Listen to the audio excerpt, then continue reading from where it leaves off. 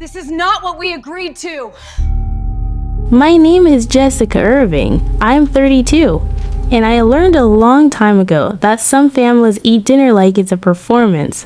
The lights are perfect, the china clinks like punctuation, and the audience your own blood waits for someone to stumble so they can pretend they didn't see it. That night, I stepped into my mother's polished dining room and knew exactly which role I was. Expected to play the quiet sister, the agreeable one, the girl who nods and says thank you while swallowing the sting. Crystal Deca. There sparkled under the chandelier, a lake of light poured across the walnut table, and conversations ebbed around me about partners' meetings, private schools, ski houses with heated driveways. I took YC and told myself to breathe. Then my sister Lisa stood up in a navy power suit that looked tailored to her bones and cleared her throat like a judge calling the court to order. She didn't shout. She never needs to shout. Lisa has a surgeon's voice, precise, clean, and designed to make people say yes. Family, she said, lifting her wine glass so it stemmed flashlight. A wand. We need to address something awkward. Jessica's rent. She smiled the way people smile before delivering a firing that's nothing personal. You've been paying $2,200 for a 2-bedroom on Riverside, she continued, which is far below market. Comparable units list between $6,500 and $7,000. I've been effectively subsidizing her for 5 years. It isn't fair. Effective next month. TH. Her rent will be $6,800. The room didn't inhale so much as flinch, and Ashley murmured, my goodness, like a hymn. A fork hit the carpet somewhere near Uncle Daniel's shoes with a soft stew. Neck clink. Cousin Mark's grin slipped into view, the kind of grin that thrives on other people's discomfort. I felt every gaze tilt toward me, curious, relieved it wasn't them, waiting to see if I would crack. In a different version of my life, I might have rushed to explain, to justify, to remind them about the heat that failed in January for a week, the dishwasher that flooded Mikey, Chen, and took 3 months to replace. The polite emails no one read, but there's a difference between silence and surrender. That night, I chose the first and refused the second. Isa placed a folder on the table and slid it across the wood like a sentence being handed down. A new lease, she said. I brought a pen. The pen was the point always is. With her, pens imply inevitability. Sign here, accept your place. Be grateful to the person who manages your life. I looked at the folder, then at my phone, where a tiny blue bubble pulsed back at me from 15 minutes earlier. On my way, documents ready. Another bubble appeared beneath it as if on cue. 10 minutes out. I set the phone face down before my hands could betray me. If you've are grown up as a lesser daughter, you know this. Choreography. You learn to shrink in doorways. You learn to be sweet so no one has to ask what else you are. Lisa collected accomplishments like some people collect rare wines. Harvard Law, summa cum laude, partner at 35.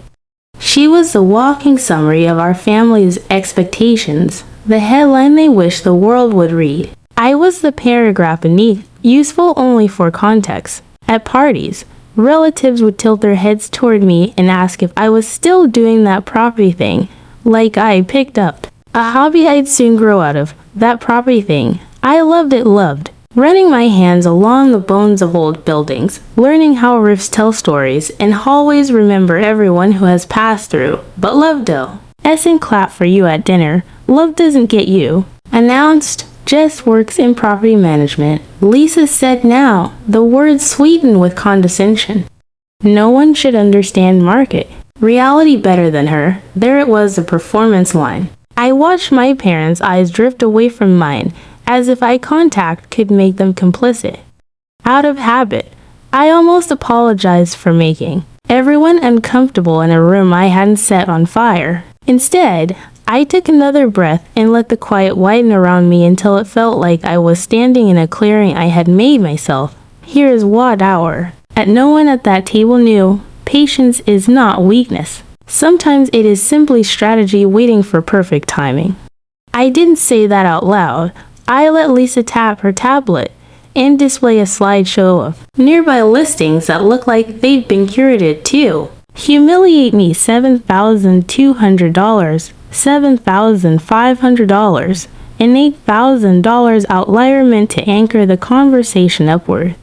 I watched the numbers flicker like traffic lights and thought about the past 3 years of my life. About Sunday afternoons at Grandma's kitchen table before she passed. The violet sky sagging against lace curtains while we opened manila folders and sifted through the paper versions of a life. Grandma would listen more than she spoke.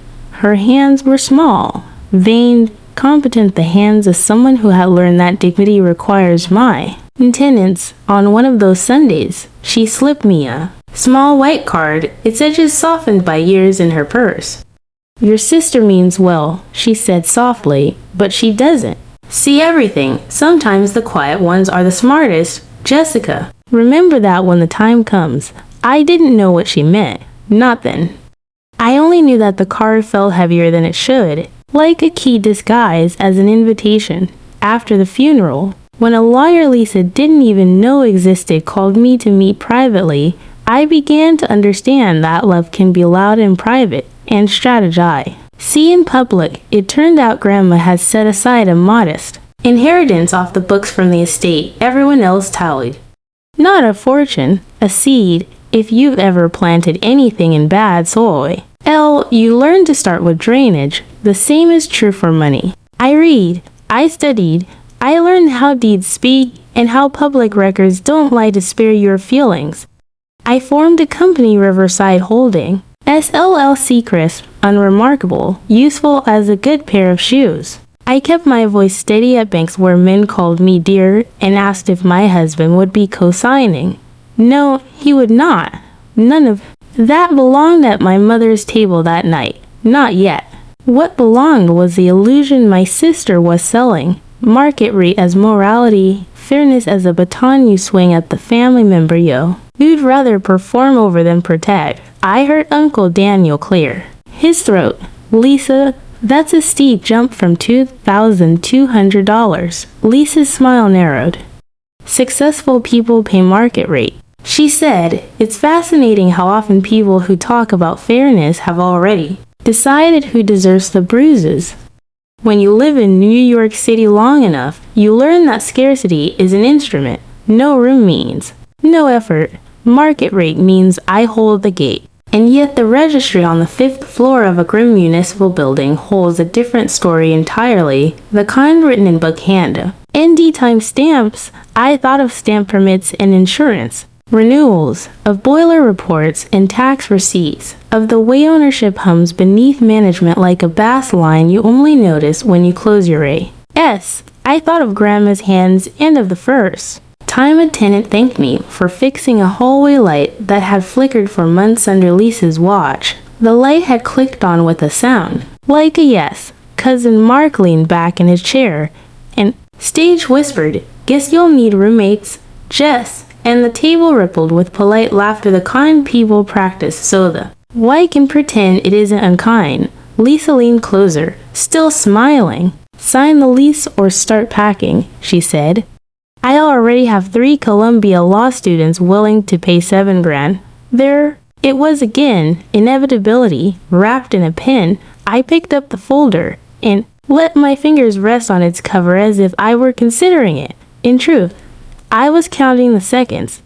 9 minutes had become 7. 7 would be ecom 5. 5 would become the sound of a doorbell, the hinge between 2 versions of my life. I looked up and met Lisa's eyes for a beat longer than I'd ever dared to in that room. I didn't smile. I didn't nod. I simply refused to look away first. If you're listening to this and you've ever been underestimated by someone who shares your last name, I want you to hold this with me. For a moment, you can be quiet without being small. You can be patient without being passive. There are stories that only unfold when you stop auditioning for other people's applause and start ready. NG the contract of your own life. Mine would begin, in a sense, with a chime and a leather briefcase and a name that did not need to be explained. It would begin when inevitability met a deed. Families eat dinner like it's a performance. That night, I decided to end the show. Stop. If you were to flip through the photo albums in my mother's hall closet, you'd notice the pattern long before anyone had to explain it. Lisa stands in the center of every frame, a lighthouse in designer dresses, smiling like she solved an equation the rest of us haven't learned to read. I hover nearby, a little to the left or right. The person you crop when you post the highlight to social, people assume this is about jealousy. It isn't, it's about grammar. In our use, Lisa was the subject of every sentence. I was the prepositional phrase that helped you understand where the sentence was happening. From the beginning, Lisa wore excellence like it had been hymn to he. Our Harvard Law wasn't just a school. It was a family brand extension. Relatives practiced the syllables like a prayer, Harvard drawing out the middle as if the word itself granted absolution from ordinary, summa cum laude. My aunt would add, the Latin rolling off her tongue with the satisfaction of someone who suddenly remembered there's a second verse to a hymn. At 35 she was a partner, a walking resume, whose bullet points glinted like medals. At dinners, people didn't ask Lisa how she was. They asked what she had closed, acquired, conquered. Authority fitted her neatly. It treated me like a coat. You keep for rain. I learned a different economy. Love in my world was a hallway repaired so a stroller could glide without catching on torn linoleum. Respect was replacing a lock for a nurse who worked the night shift and forgot her keys one morning because grief had hollowed out the clock in her head. Value is the small, unsentimental satisfaction of balancing a spreadsheet that paid everyone on time. If you grew up in New York City without a family name that opens doors, you learn numbers, fast rent rolls, cap rates, the arithmetic of survival. You learn to measure a building the way a doctor reads a patient. Where does it leak? Where does it hold? Can it bear more weight? After college, when life split into the now staircases of other people's success, I took the long ramp. Grandma had a 2-bedroom in one of her older Riverside Drive buildings. The paint tired, the bones noble. Lisa managed it for the family, as she liked to say, which meant she took the spotlight on the parts that gleamed and hired men to carry the parts that didn't. My rent was set just under market, a phrase she used generously and then itemized before dessert. $2,200 the first year, $2,400 by the third. Her generosity, she would remind anyone listening, was worth exactly $200 of applause. If you then ever rented from family, imagine paying for a room in a house where the fridge is full of other people's judgments. Every small request becomes a referendum on your character. When the heat failed one January, the radiators clanged with a hollow bravado and then fell quiet, like a chorus that forgot the next one. For a week I slept under 3 blankets and boiled water in a kettle to thaw the air with warmth. I sent polite emails. Lisa replied with phrases like as soon as practicable and contingent upon vendor availability, the way people talk when they never lived inside the delay they're describing. When the dishwasher flooded the kitchen, warping the cabinet base until it looked like a smile, a plumber glanced at the damage and said, "You caught it early stretch 3 months. We are working on it," Lisa wrote, and CC'd our mother as if to say, "See how responsible I am. There are rules to housing. In this city, some are codified in thick municipal language that smells like printer ink, some are cultural, exchanged on stoops and in laundromats and at late-night diners that serve breakfast at 2 a.m. The codified ones say, heat must be maintained, hot water provided, repairs made in a reasonable time. The cultural ones say, keep the super on your good side, cash tips travel faster than emails, and if the Lord's niece lives on the 4th floor you'll want to know which holidays make her generous and which make her forget the elevator exists. Lisa understood the codified rules she could quote and weaponize them like scripture. She used the cultural rules as staging for her morality plays. Most people in your income range couldn't afford this neighborhood. she'd say brightly, as if the sentence were a ribbon on a box. What she meant was, be grateful that I know where your ceiling is and that I let you live under it. At family gatherings, the script was sturdy. Aunt Sandra would F. Over with a new headline. Did you hear? Lisa closed a $10 million merger. And then pivot her head toward me like she remembered a chore she'd been avoiding. And, D. Jessica, dear, are you still doing that property thing? That property thing, as if I spent afternoons naming succulents. I'd nod and say yes because the alternative was to give a lecture at the table about depreciation schedules and Local Law 152, inspections, and why the littlest ledger tells the truth better than the fanciest pitch deck. It's a long speech, and nobody likes those at din. But I loved that property thing. I loved walking through a half-ruined corridor and seeing the blueprint of what it could be, like looking at an x-ray and knowing where to set the bone. I loved neighborhoods as living organisms, how bakeries anger corners, how a good public school hums safety into the air like a low, steady note. I loved the math that made hope pay for itself. I learned the city by its valves and seems the way old buildings breathe, the way new ones pretend not to, the way water finds the quietest route to make a mess. I discovered that if you study long enough, your hands and your head start to talk to each other. You can run numbers while you listen to walls. Lisa didn't hear walls, she heard applause. At every gathering she performed her benevolence. I managed Grandma's portfolio pro bono, she would say, letting the Latin glow. It wasn't pro bono. It was practice for a sermon. Even her kindnesses arrived with receipts. When someone congratulated he, or for keeping my rent affordable, she accepted the praise like a medal and smiled at me the way people smile at dogs who haven't chewed the couch lately. I don't mean to be cruel. I mean to be accurate about the physics in our family. Her light sources cast my shadow. Grandma was the exception. On Sundays, before she fell ill, I'd come to her kitchen with a tote bag full of folders. The apartment faced west. The late afternoon, Violet would spread itself across her lace curtains until the room felt dipped in dusk. We'd sit at the table and open envelopes together, ban, case statements, tax notices, insurance renewals. The paper tide of a life. Grandma's hands were small and steady. She'd place the heel of her palm on a page to smooth the curl. Th. Ewa you comma stubborn map. Tell me what matters, she'd say, and I'd answer in the simplest language I could find. What's due and when? What might be wrong? What's likely to be fine if we pay attention? That was our sacrament. No applause, just attention. On one such Sunday, after the tea had cooled and the sky turned the color of a bruise healing, she reached into her purse and drew out a SMA. Lion's white card, its edges worn soft. Your sister means. Well, she murmured, and I believed her. Meaning well is a kind of courtesy in families like ours, but she doesn't see Everett. Sometimes the quiet ones are the smartest. Jessica, remember that when the time comes. I laughed a little uncomfortably, reflexively, because what time? I wasn't planning a coup. I wasn't planning anything, but the card fell heavy, as if laminated by the gravity of another person's faith.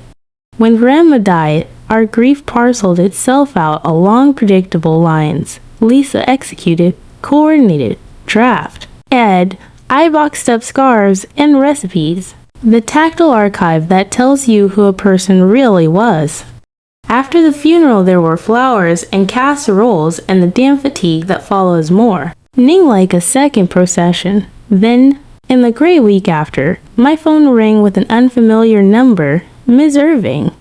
A voice said, precise and warm, I'm calling on behalf of your grandmother. I remember standing at my window and watching the river move as if it were doing so exclusively to calm me. The lawyer's name was one I'd never heard. Lisa had an eye. Third, he asked me to come by quietly. There are turning points you only recognize in retrospect, the way a photograph later reveals a door behind you. I walked into that office thinking I'd sign a final form. Clo. SC a ledger, finish a chore grief had left undone. Instead, the lawyer slid a folder across a walnut desk, and I felt the air tilt. The inheritance wasn't obscene, it was precise, enough to seed summit. King, if you knew what ground to use, your grandmother. Ask that this be private, he said, and I understood instantly not secrecy for its own sake, but shelter from the family weather seas. Tim, that always swerved toward Lisa's umbrella. The word people throw around in these moments is windfall, as if money fell on you from a sky you did nothing to deserve. What I received felt more like a hand on my shoulder guiding me toward a door I've already been measuring. I went home and made lists. I opened accounts. I read until the legalese in my eyes began to parse into sin. Tenses. I learned what an LLC could be besides 3 letters you put on a business card to look grown. I didn't tell anyone. Not because I was plotting, exactly, but because quiet is the only climate in which certain seeds take root. Back in the family albums, the photos kept their grammar. Lisa in the center, me near the edge. But on Sunday nights, at my kitchen table, another narrative began to draft itself. I sharpened pencils. I underlined statutes. I learned which municipal databases hum with truth and which ones lie still until you learn the right way to type a name. The world didn't change color, it changed density. The air felt thicker with possibility. All the while, I kept paying the rent on time. I let Lisa narrate my life at dinner like a case study. In benevolence, I said thank you when it was easier then. Starting a war one wasn't ready to finish. But I also started to understand what Grandma meant about the time coming, and about quiet. Quiet isn't the absence of sound, it's the discipline of listening. For what other people don't hear, it's the patience to wait for the right hinge, legal, logistical, moral, so that when you are in it, the door doesn't squeal, it opens. The hinge, it turned out, wasn't a speech or a scene. It was a set of public records that told a different story about who owed what to whom, and when. It was an owner tired of debt and a building ready to be stirred. Not displayed, it was the discovery that the difference between managing and owning isn't style. It's signature, and signatures, unlike performances, don't fade with applause. By the time the lawyer turned his calendar to a date circled in blue ink, and I learned what was available and what was needed, I'd already started to assemble my LF into a name that could sign, a company that could hold, a backbone that didn't need witnesses. I wasn't planning revenge. I was making room for respect. The kind you don't have to ask for, or out loud. We were still a long way from the doorbell, but the quarter had begun. Stop. The week after the meeting with the unknown lawyer, Grandma's lawyer, the one Lisa didn't know. My apartment felt like a small command center. The river ran slate. Outside the windows. Inside, my table filled with neat stacks that looked almost ceremonial. A yellow legal pad, an ordinary black pen, a folder, labeled with my own name in tidy block letters. The inheritance itself wasn't the kind that buys yachts. It was the kind that asks the question, if you could move one piece on the board, which move would compound into something sturdy? I didn't hear angels, I heard math. I started where Grandma taught me to start, with attention. I made a list of everything I did not know, and assigned each ignorance a task. What is the precise financial posture of our building? Who actually owns it now that Grandma is gone? What liens are on it? What violations? What whispers of foreclosure in the databases that never gossip but often warn? A friend once told me that cities are open books for anyone who learns the language of their ledgers. I logged into the Department of Building's portal and followed the breadcrumb geometry only bureaucracies can produce. I looked for heat complaints and elevator inspections, for gas line certifications and roofing permits, and those inscrutable lit numbers that, once you learn their dialect, tell you whether a structure is merely standing or being stewarded. Then I searched the public records that don't invite you in so -1 as allow you to sit on a bench and eavesdrop. A few clicks, and there it was, The building had been transferred years earlier out of Grandma's direct ownership into a family trust combo. And boring, prudent. But what followed wasn't. The trust had refinanced twice under an owner of record who was not my mother, not Lisa, not anyone with a last name that would have mattered too. The family, the debt was heavy, the interest unforgiving. Taxes had been paid but close to late. The ledger carried a nervous rhythm, like a heartbeat under stress. In plain terms, it meant whoever controlled the building now had been treading water so furiously the strokes no longer moved them forward. A sale wasn't just possible, it was logical. I could hear Lisa's voice in my head. You're out of your depth, Jessica. That sentence works on people who confuse confidence with competence. I poured coffee and kept reading. If the building was debt-burdened, the owner's appetite to negotiate would be real if I could present nada. Fantasy but a clean, conservative offer, no fireworks, no glamour, just certainty that a loan might be more valuable than a fractionally high, or number that arrived with drama, and if I structured it properly, the monthly income from the current rent roll, minus reserves and a sane contingency for repairs, would cover the business loan I was calculating in pencil on the page. People think numbers are cold. They aren't. They're the closest thing we have to a neutral witness. I penciled a pro forma that wouldn't impress Event. You're capitalist because there was no 10x anywhere on it. It impressed me because every line item told the truth. Insurance, taxes, maintenance, super stipend, hallway paint, a gentle, real R.S.er for the roof that would one day need more than a patch. Then, the debt service on a loan I felt sure I could qualify for if I walked in prepared and let my calm do the talking.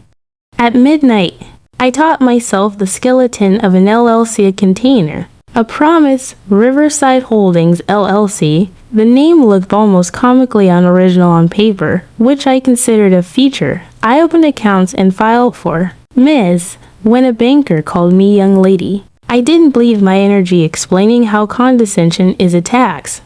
I redirected it into documentation that left him no room at approval. Proof of income, clean credit, reserves enough to signal I understood weather comes even when forecasts are kind. The loan officer asked about my business plan. I handed him a binder with tabs. He blinked th. E-way people blink when their scripts about you are suddenly miscast. He called me 2 days later with a number, conservative and real. I said yes. Negotiation with the current owner began in a voice that sounded older than mine and more tired. He had inherited problems he didn't have the appetite or systems to solve. He spoke in sentences that ended too quickly, the way people do and they are anxious to be done with the part where they pretend they want to keep something they cannot afford to carry. I made my offer. No grandstanding, no backflips, a price grounded in the building. As actual spine, not the fantasy of an overheated market flyer. I showed proof of funds, a letter from the bank, a timeline so clean you could have used it as a ruler. He asked for a week. He took 3 days. I accept, he said, and relief opened in his voice like a window. I don't remember what I ate that night. I remember the click of my pen on the signature line.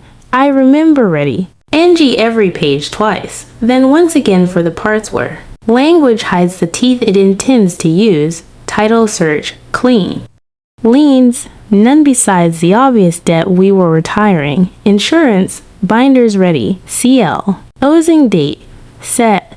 I sent the documents back to Mr. Carver, the one who would, in a different theater later on, introduce himself to my family, and he complimented the neatness of the file. It felt like a small, private applause from a person who, Grandma's portfolio pro bono, and never once, not one, checked the registry. She didn't see the sale because she didn't.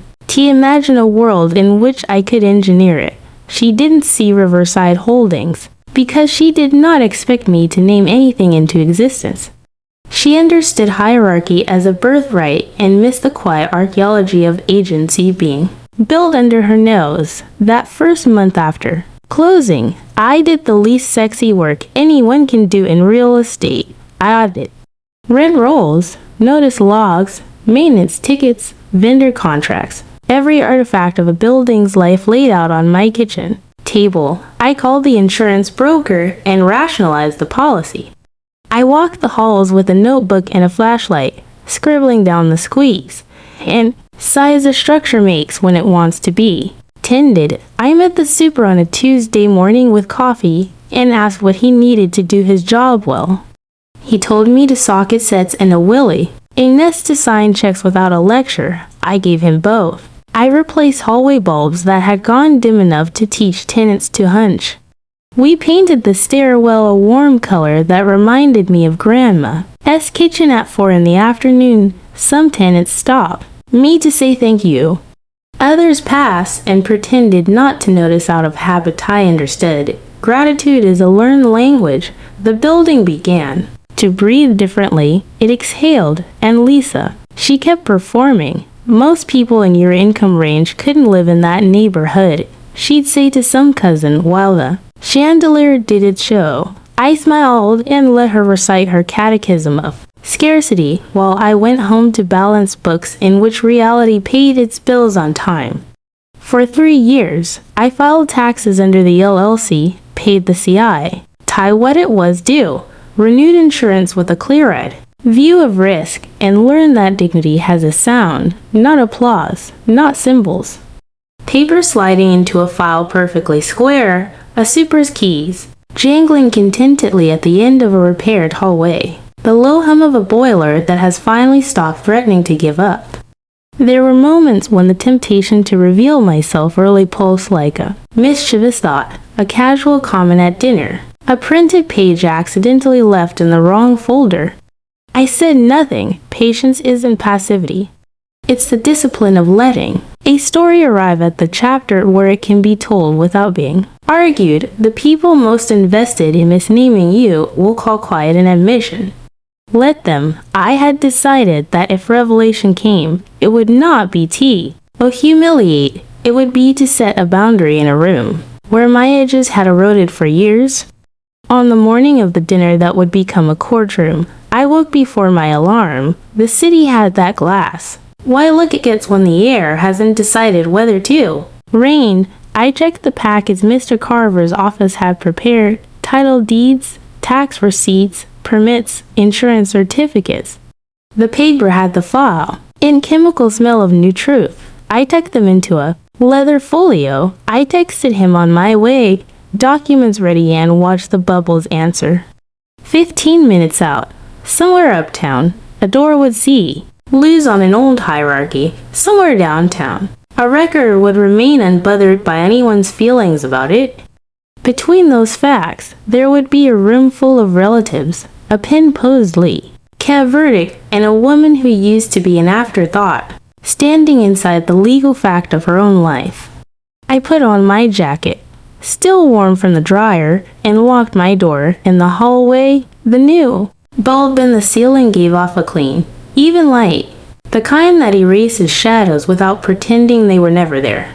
I nodded to it like you nod to a friend who kept a promise. The elevator AR arrived with the soft sigh of well-oiled metal. As it carried me down, I pressed my palm against the cool rail and tried to steady the drum in my chest. People mistake composure for numbness. I was not numb. I was very awake by the time I stepped out onto Riverside. The sky had committed to a pale, stubborn blue.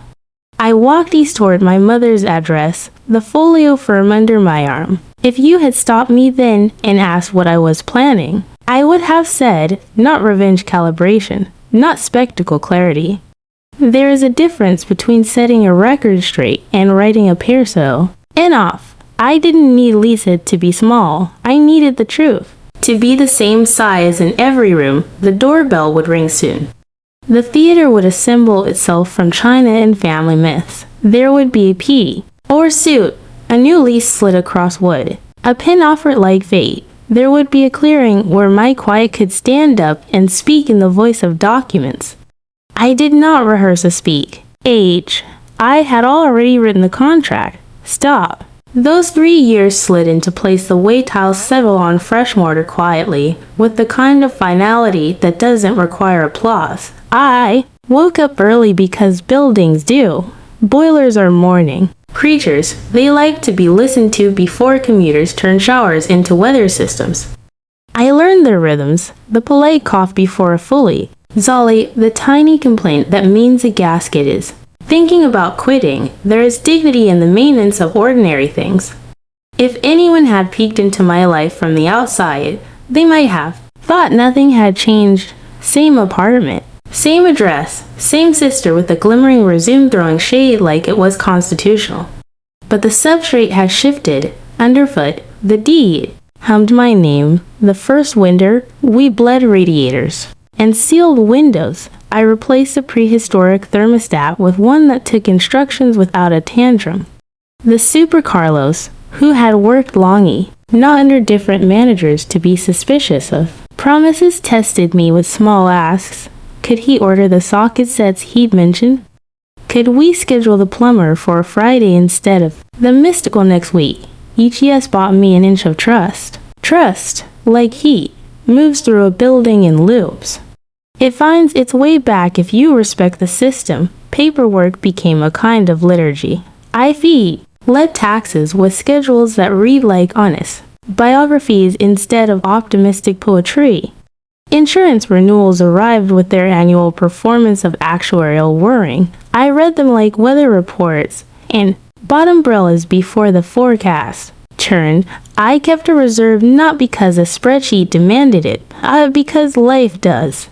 When the roof sighed under a summer storm and marked the Sealy NG of 4B with a thin brown halo, I didn't scold the sky or the prior owner's choices. I called the roofer and replaced the section we both knew had been bargaining with time when the hallways in eated pain.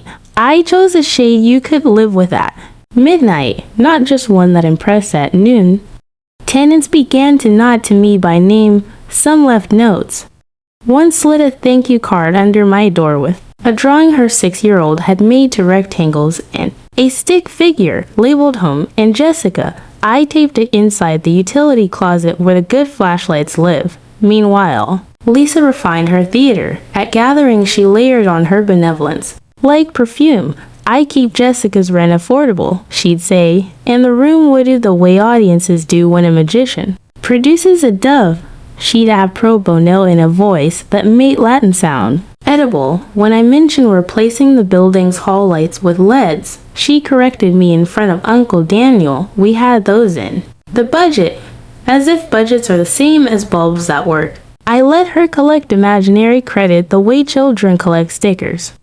It cost me nothing, and I had stopped paying for things with my piece. There is a point in any slow transformation when the old story starts to feel not just inaccurate, but small.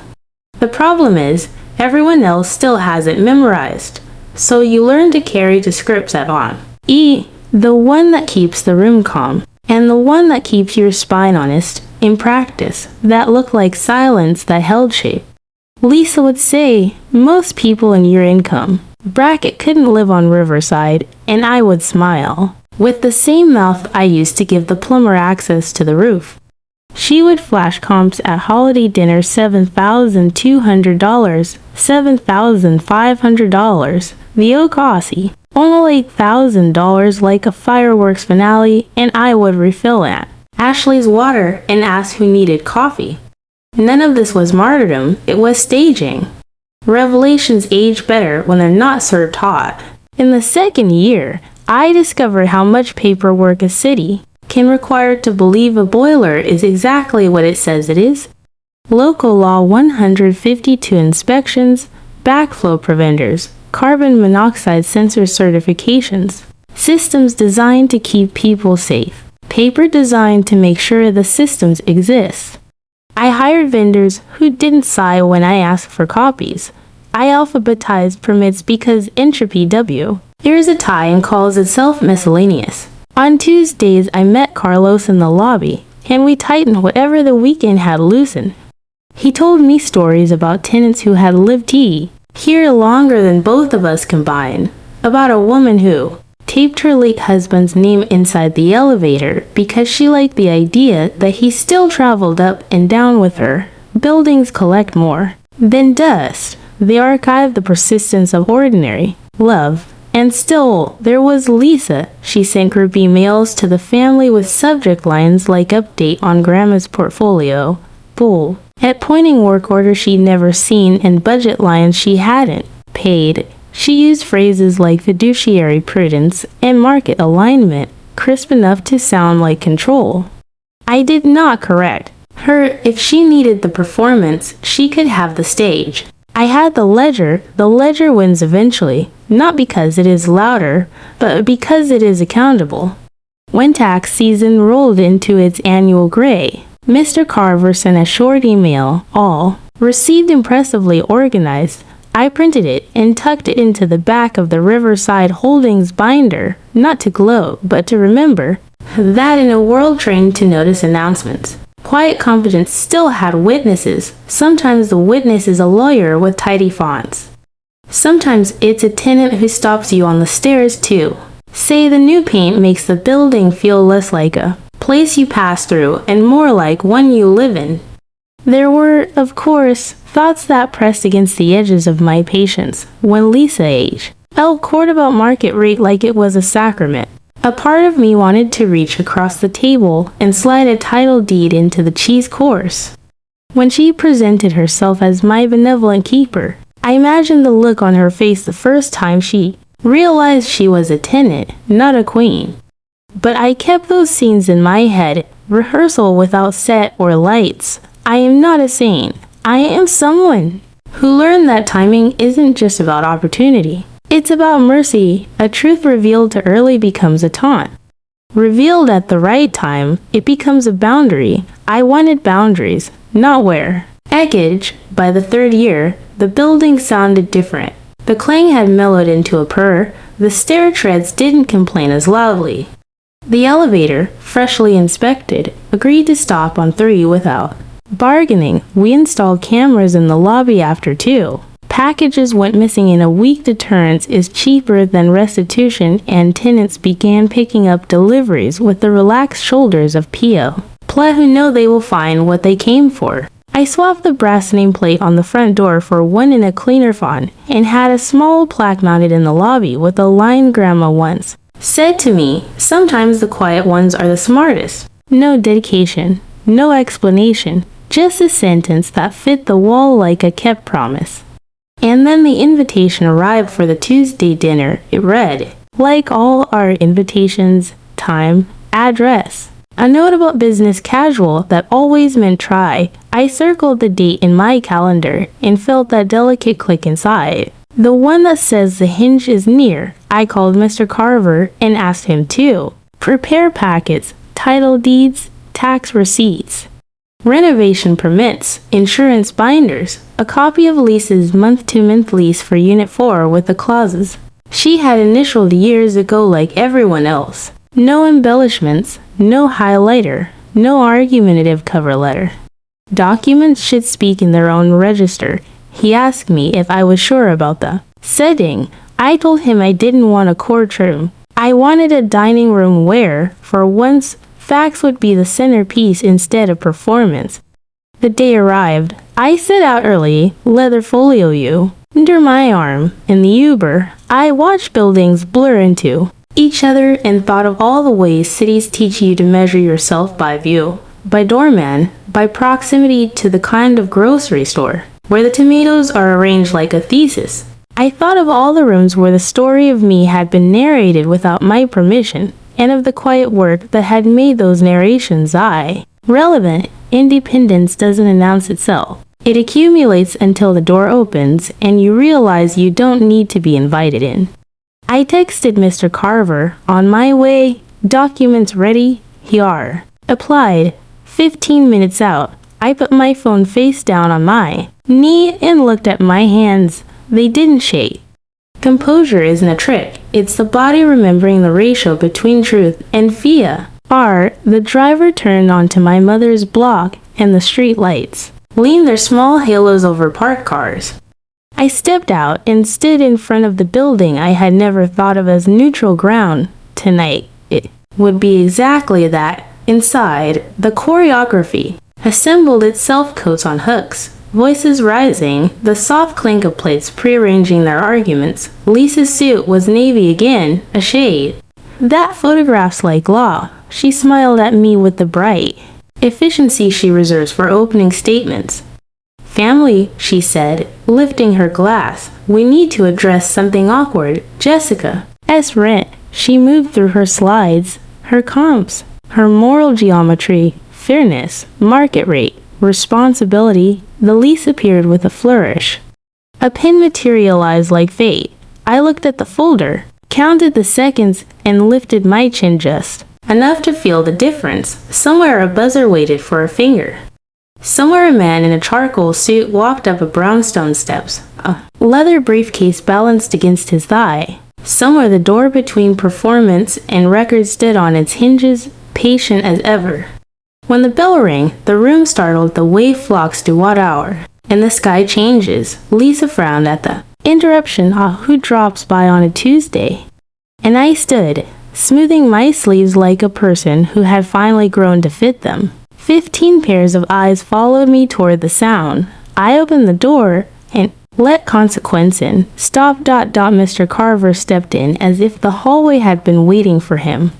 Charcoal suit, leather briefcase, the quiet, unhurried confidence of someone who knows the difference between a story and a record. The air in the dining room tightened.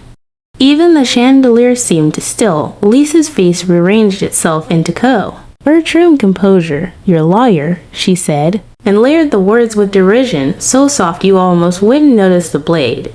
Actually, I said, feeling my voice settle into its own spine, he represents Riverside Holdings, LLC.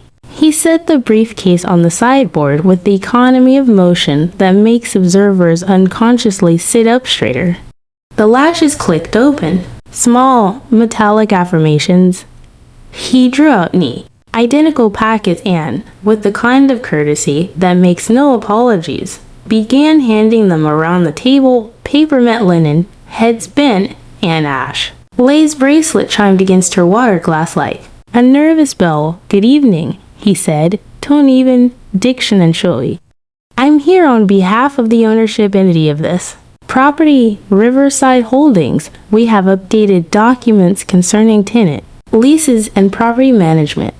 The most dangerous sentence in any room is the one that politely relocates power. I watched it land. Uncle Daniel glanced from the cover sheet to me to Lisa, who had straightened her jacket without realizing it. I manage this property, she said, the words pushing air like a door that has a way swung the same way. Mr. Carver adjusted his glasses. Not anymore, Ms. Irving. Riverside Holdings purchased this building 3 years ago. I'm here tonight on behalf of the owner to address the irregularities in management representations. Silence is never empty in families like mine. It is packed tight with calculations. You could hear the fork that had fallen earlier being found under the tablecloth, the slow scratch of cousin Mark's chair as he leaned in, the soft intake of our mother's breath as if oxygen might behave better under discipline. Lisa recovered asked. Impossible, she said. I would have been notified of any transfer. The word would leaned hard on its own entitlement. You weren't notified, I said, turning toward her. Beck, else you were never the owner. You were a manager of record on legacy accounts. You never checked the registry because you didn't imagine you needed to. It wasn't triumph I felt. It was a widening clarity, lit. A door opening onto the exact landscape you knew was there. Mr. Carver placed a thicker stack of documents on Grandma's old coffee table. The sound, that small, deliberate thud cut through the room. S performance like a cue. Title deeds, he said, flipping the top page with a finger that had filed 1,000 of these. Tax receipts, renovation permits, proof of insurance, corporate filings F, or Riverside Holdings LLC, all executed by the owner. Ms. Jessica Irving. Names are a kind of contract. Hearing mine and that register owner rewired the room. Aunt Sandra's lips moved around the word as if testing how it wanted to sit beside the family. Myth. Our father's jaw worked once, then held. Our mother's hand found her wine glass and steadied it with 2 fingers. Lisa's EXP. Russian flickered, then hardened. You lied to me, she said, a flush rising like a rash under the courtroom calm. This is some kind of stunt. Documents don't stunt, Mr. Carver replied, not unkindly. The evidence. Cousin Mark looked between us, waiting for a line he could convert into a joke. None arrived. Wait, he said instead, for once sounding like the child at the grow. Anup's table, so Jessum's the whole building. He had needed whole twice. Yes, I said, for 3 years. The clock over the mantel clicked, once, like a camera shutter. Lisa's mouth opened, then closed, like she had switched legal paths, mid-argument, and lost a line she'd been rehearsing for years. You can't, this isn't fair. I've been subsidizing. You've been narrating, I said gently. There's a difference, mister. Carver cleared his throat with a professionalism that felt almost like mercy. Ms. Irving, he said to me, would you like me to clarify the current tenancy status of Unit 4? Lisa blinked. My unit, your unit. I echoed, please go ahead. He scanned a page and spoke in the even cadence of some. When accustomed to making heat-proof statements, Unit 4 is on pressure by Ms. Lisa Irving under a month-to-month arrangement, terminable by either party pursuant to the applicable notice period under the jurisdiction's landlord tay. Nat statutes. To date, rent has been paid, according to the ledger attached, which reflects a family discounted rate below comparable market. He set the sheet on top of the stack, face up. Numbers sat there, unsentimental. The gas that rose from the table sounded rehearsed, though we'd never practiced it. Aunt Betty covered her mouth. Uncle Andrew whispered karma like a man finding a word he thought he'd lost. Our mother's eyes pinged between daughters as if the right sequence might yield a third option no one had presented. Month to month, Lisa repeated, as if the syllables were wobbly. You're saying she stopped herself before speaking the word tenant, as if it might sting. Management, I said, is not ownership. Market comps aren't mandates. And fairness doesn't let you triple someone's rent in a building you don't. I didn't raise my voice. I stepped into it. To the camera that might have been hiding in the chandelier if this were a different kind of story, Mr. Carver's stack would play as overkill. In real life, the reason documentary beats drama is simple. People can disagree with the posture. They hesitate to argue with a receipt. The top P. Age showed the deed transfer date and a stamp whose municipal ink has no respect for family scripts. The next pages listed property taxes paid on time every quarter for 3 years, permits for minnow, our lobby work, insurance binders with my name, a ledger line, almost sweet in its plainness, noting the date Lisa initialed her own lease renewal month to month, as she preferred for flexibility. I hadn't engineered the irony. It had presented itself, like gravity hewing to its job. You tricked me, Lisa said. Her voice was thinner now, more human. I stopped letting you trick me, I said, and heard the room absorb the sentence with the same hush that follows a clean chord. I stopped accepting your version of me. She looked for the old choreography. Appeal to our parents, recruit the chorus, adjust posture too, imply magnanimity, but the room had committed to a different grammar. Our father coughed and found both his hands subtly very interested in the fold of his napkin our mother's reprimand perched on. Her tongue, and for once, didn't leak. Cousin Mark's mouth notoriously freelance stayed shut. Let me be clear, I added, not to wound but to set the record. I'm not raising your rent tonight. I'm not evicting you. I'm applying the same boundaries you offered me 5 minutes ago when you slid that pen across the table. The mark at rate for your unit is $7,500. I've been charging you $5,500. If you no longer believe in family discounts, we can align on market terms or discuss notice. Your choice. A flush scrolled up her neck and stalled at her jaw. You're being cruel. No, I said. I'm being consistent. Mr. Carver snapped his briefcase shut a small, satisfying gavel. Heroes, that concludes my business. As this evening, he said, offering his card to Lisa with the same courtesy he would extend to any tenant. He turned to me, and the nod he gave was not performance. It was recognition. Call if you need anything else. SC, when the door closed behind him, the room didn't exhale. It recalibrated. The chandelier hummed as if electricity needed a second to adjust to the new load. And Ashley whispered, "Oh my God," in a tone that felt more prayer than gossip. Somewhere, a cousin's phone vibrated and didn't dare be checked. Lisa sat.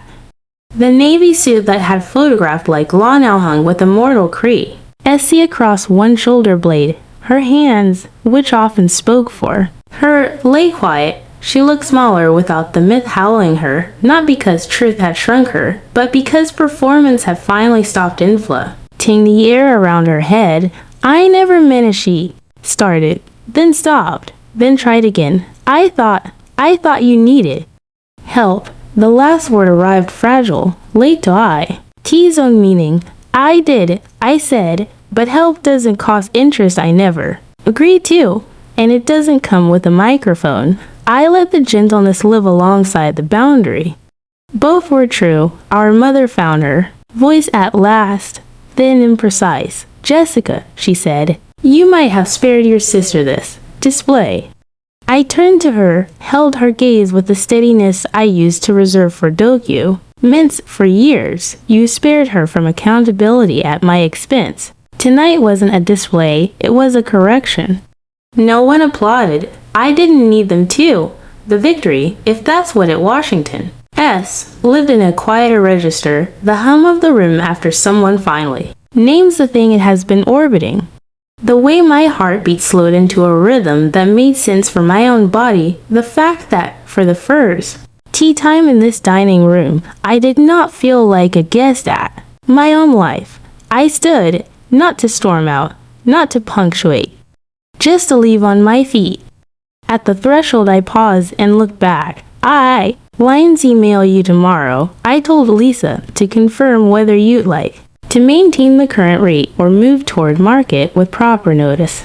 No surprises, just policy. She nodded, barely the smallest gesture of a person encountering gravity. Outside, the night was cool enough to reframe the lungs. I stepped into it and felt the weight of years lift like a coat finally shucked. Revenge had never been my design. Survival had been, but survival, well stewarded, has a way of arriving into justice that doesn't require an audience. I walked toward the river. The city sounded on its wheels. On asphalt, a dog's collar, the distant thrum of a train answering nobody's story but its own. Behind me, a dining room full of people began, without quite knowing it, to update their grammar. Stop! The morning after dinner that wasn't a trial, but felt like a verdict. I looked to a phone that had discovered new ambition. Missed calls, timid texts, the notification economy finally pivoting. From announcements about other people's victories to questions about mine. I brewed coffee and let the screen blink without feeding it. Boundaries are not declarations. They are habits. You prove them. Why? What you do when nobody is clapping. At 9:17 a.m., Lisa called. I watched the phone vibrate across the table as if it were trying to run from its own ringtone. I let it go to voicemail, then listened. Her voice was careful, as if words might. Bruce, Jessica, can we talk? I think last night was heated. We can work something out. The word we had always been her favorite legal fiction. In practice, it meant me, with your cooperation. I finished my coffee. I called her back at 10:03, not to play coy, but to set a tempo I could live inside. I'm not angry, I said when she picked up. I'm not looking to escalate. The lease terms apply equally to everyone in the building. That includes you.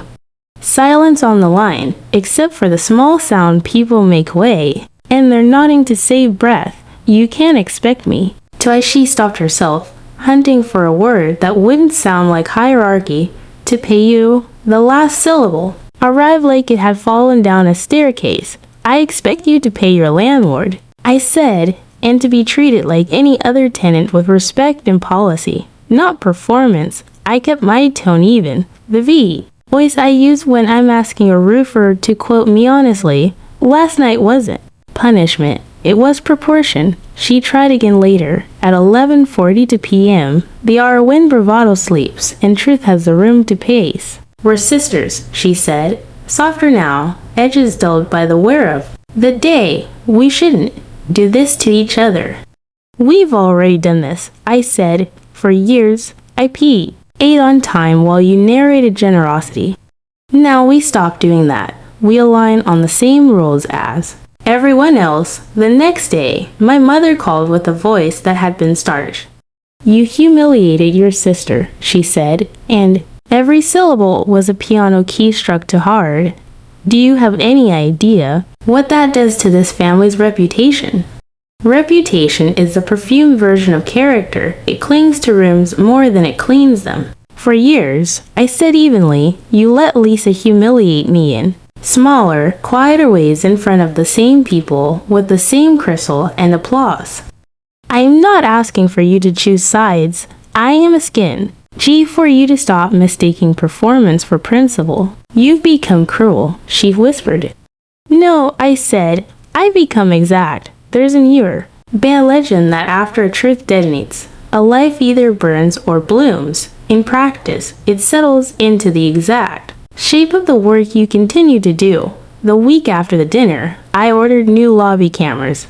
Not the flashy kind that suggest surveillance as a but sensible lenses with good night clarity and resolute timestamps. Carlos and I mounted them together, one at the entry, one above the mailboxes, one covering the elevator frame where a delivery driver had twice left packages wobbling on hope. We posted the notice required by law. Deterrence, I told Carlos, is cheaper than recovery. He nodded like a man who has eaten that sentence for lunch. I scheduled an electrician to clean the panel that had begun to look like a crossword puzzle written by a man who never met a label maker. I called the boiler service and signed them all. A year maintenance plan, not a heroic fix. Just the kind of grown-up commitment that makes emergencies rarer and bills less theatrical. We repainted the second floor quarter the color you choose W, and you intend to keep living in it at midnight. The building exhaled again, that small, private sound I've come to think of as the property equivalent of gratitude. Tenants noticed and the casual, profound ways people do when their lives are made more livable. The woman in 3C, a nurse whose shifts have no respect for the sun, said, thanks for the cameras, my packages were there when I got home, with the particular relief that doesn't perform. The couple in 5A left a note on the lobby table. The new paint makes the hall feel like someplace we come home to, not just pass through. The man in 2D, who only speaks in weather and sports, told me the elevator doesn't sigh as much, which in our building counts as a poem. None of this was flashy. It was stewardship, which is just a longer word for love that learned how to do paperwork. I filed the new permits, paid the insurance invoice, answered an email from the tax assessor with scam proof they didn't know they wanted until I sent it. I updated the Riverside Holdings binder and slipped Mr. Carver's all received impressively organized into the back pocket again, not as a trophy, but as a memo. Competence witnessed is still a kind of human warmth. The calls from Lisa continued, less frequent and more human. She tried out sentences like outfits, looking for one that fit the new climate. I didn't know, she said once, almost to herself. I should have checked. That sounded like the beginning of an adult. I'm not asking for an apology, I said. I'm asking for a ceasefire on the theater. You live in the building. You follow the rules. We treat each other like grown women. It is much easier to be righteous than to be fair. Fair is repetitive.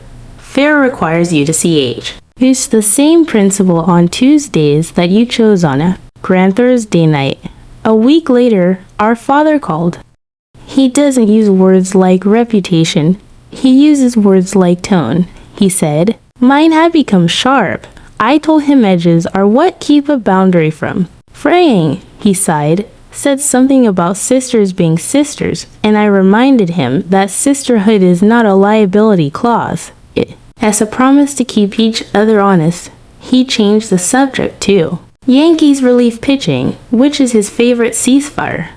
The building kept being a building, absorbing steps, swallowing small arguments, practicing. Survival without applause. On a Friday, I signed off on a modest lobby rug that didn't slip, and on a Monday, I confirmed the super's new socket sets had arrived. Somewhere. In there, I stood alone in the lobby in the late afternoon and ran. My fingers over the small plaque we had mounted months earlier, no dedication, just Grandma's line. Sometimes the quiet ones are the smart. HD. The letters felt like truth that's shallow enough not to brag, deep enough not to fade. One evening, as I was locking up after a contractor finished replacing the ancient glass on the entry door, SA. Fady first, dignity second, I saw Lisa on the sidewalk under a street light that had mastered the art of making even strong faces look a little washed. Her arms were crossed, which on her has always read less like defense and more like preparation. She didn't speak right away. The city's ordinary music filled the pause, bus break, sigh, stroller click, a delivery bike small. L rattling him. You've changed, she said finally. No, I said, and I didn't soften it with a smile. I've stopped letting you write my story. She blinked. The sentence landed not as a slap, but as a mirror. For a second I thought she might reach for the old choreography, raise her voice, recruit a witness, invoke a vocabulary that sounds like principle, but behaves like preference. Instead she looked at the new glass and at the camera above the door, and at the paint that would still be kind at midnight. It looks better, she said. I said thank you, because accuracy is owls. Oi, boundary, I'll bring the check on the first, she added. Flat. Adult. 5-5. Her eyes met mine like a test of mutual literacy. That works, I said. If you ever want to iscus a formal lease at market for stability, we can do that. If you prefer, month to month, the notice period stands. I heard myself sounding like Mr. Carver and didn't hate it. Policy is a gift, it spares you. From improvising fairness, we stood there for another beat. To sisters beneath a street light that could no longer audition for anyone. I thought I was helping you, she said, almost inaudible. You were helping yourself to the role of helper, I answered. There's a difference. I don't need to win. I need to stop losing in rooms that say they love me. The sentence didn't. Tieco, it absorbed. She nodded once, which in our family is the size of a revelation. After she left, I locked the door and walked the quiet length of the lobby. The cameras blinked their small green metronomes. The glass didn't rattle. The plaque was a line of text in a room that no longer lied to itself. I breathed the kind of breath you only trust after you've listened to a boiler for a winter and learned which sighs mean sleep and which mean trouble, survival. Tended carefully, have matured into something like justice, not the operatic kind, but the kind that signs checks, answers emails, and remembers to order salt before the first snow. Later that week, a tenant's child pressed the elevator button with 2 hands and looked up at me as if I could change how soon it came. Do you own the building? She asked in the fearless way children do when they've learned that adults sometimes say yes. Yes, I said, I take care of it. She considered that, then nodded. Satisfied with the definition, care is ownership that learned to behave. Ownership is care that learned to commit. In between is the daily work you agree to do without applause because the life you're building deserve. As it, back upstairs, I filed an invoice, answered a city email about a sidewalk inspection, and texted Carlos to thank him for catching a small leak before it rehearsed a larger role. The Phone didn't ring, for once. The quiet felt like the climate, not the exception. I looked at the binder on my desk, the one that has my name on the spine in a font no one but me will ever ask. The city moved outside my window the way it always does, impatient, forgiving, and in the room, my life took up its exact size, at last. I wish I could tell you that after the door closed, on that Tuesday night, the world applauded and everything aligned itself into a neater shape, but the truth is better and smaller than applause. It's the sound of a building breathing steadily. Essay check dropped through a slot on the first of the month. It's a voicemail that does not need to be returned because the message inside it has already been answered by the life you are now living. J. Eustace, when it has grown up, often looks like maintenance. It holds its edges. It does its paperwork. It shows up on time for the ordinary. In the weeks that followed, my mother's voice softened in increments, as if she were renegotiating her contract with the story she told herself about who her daughters were. She still thinks in the language of reputation, but now she says it with fewer capital letters. My father started asking me about the boiler genuinely because he likes machines that do their job, and he never had a reason to think of mine as one.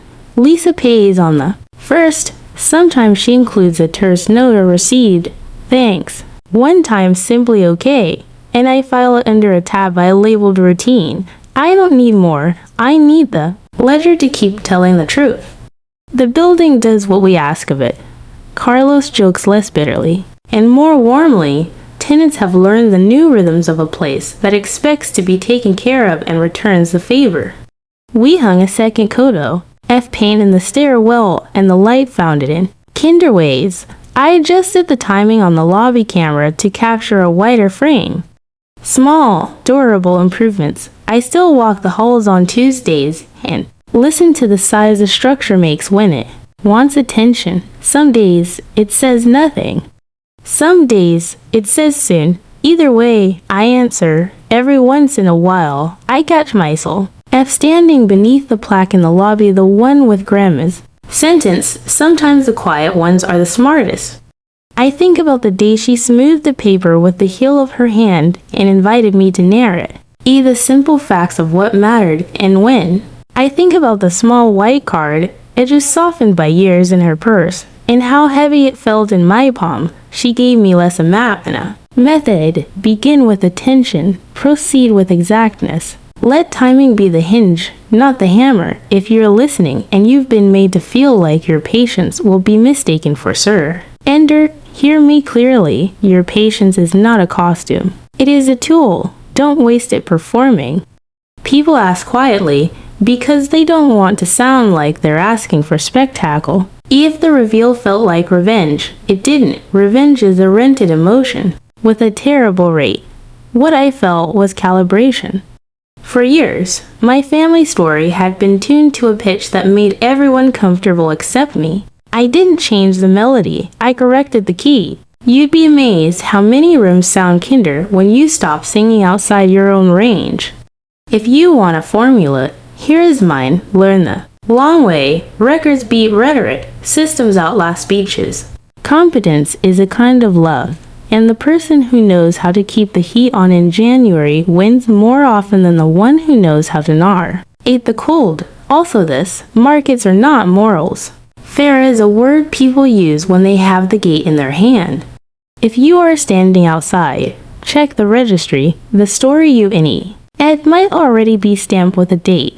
On a clear afternoon, not long ago, I took a slow walk along a river and let the city's ordinary machinery do what it does. Buses coughing, runners counting th, air steps in silent prayers, a dog tugging a person toward a smell that promised history. The wine off the water can make you honest if you let it.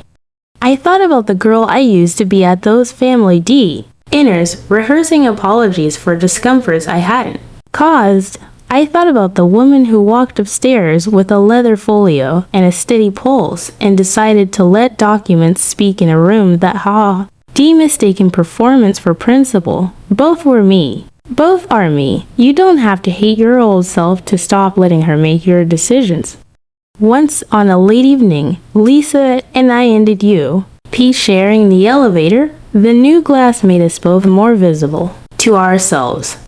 She looked at me, then at the camera's small green light, then back at me, as if triangulating the present. You real? Why own it? She said, not as accusation, not as disbelief, but as the grammar she finally trusted.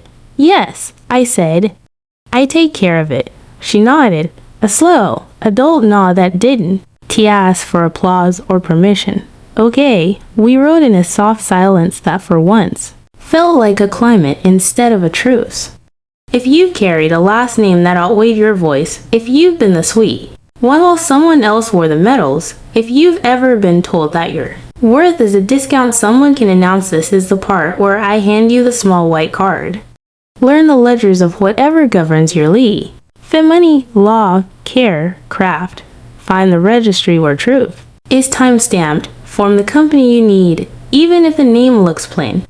Do not confuse spectacle for strength or condescension for counsel. When the time comes, let your documents speak. And in the meantime, keep the heat on. I won't pretend there aren't days when old reflexes twitch when I'm tempted to soften a boundary with a smile or to apologize preemptively for taking up my rightful space. But those days are fewer.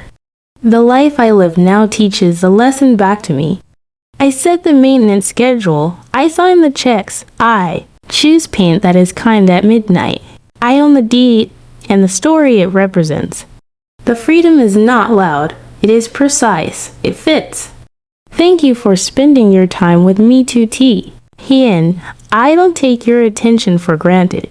I hope, wherever you are, that your home is warm in winter, your elevator doesn't sigh more than it has to, and your family chosen or given learns the difference between performance and principle. I wish you good health and a steady kind of happiness, the kind that doesn't need witnesses to feel real. If this journey of quiet strength and exact boundaries resonated with you, I'd be grateful if you subscribe and stay for the next story.